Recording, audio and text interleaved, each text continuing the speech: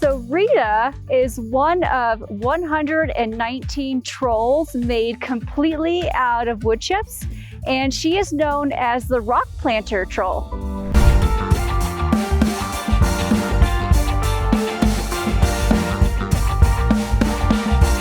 Rita is right next to an old gold mine built from the mid to late 1800s.